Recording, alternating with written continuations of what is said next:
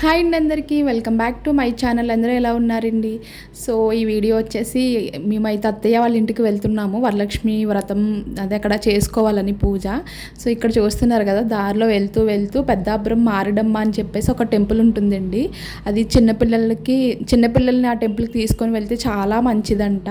So compulsory ఆషాఢ మాసంలో అయితే చాలా అసలు రష్గా ఉంటుంది, ఫుల్ రష్గా ఆ టైంలో.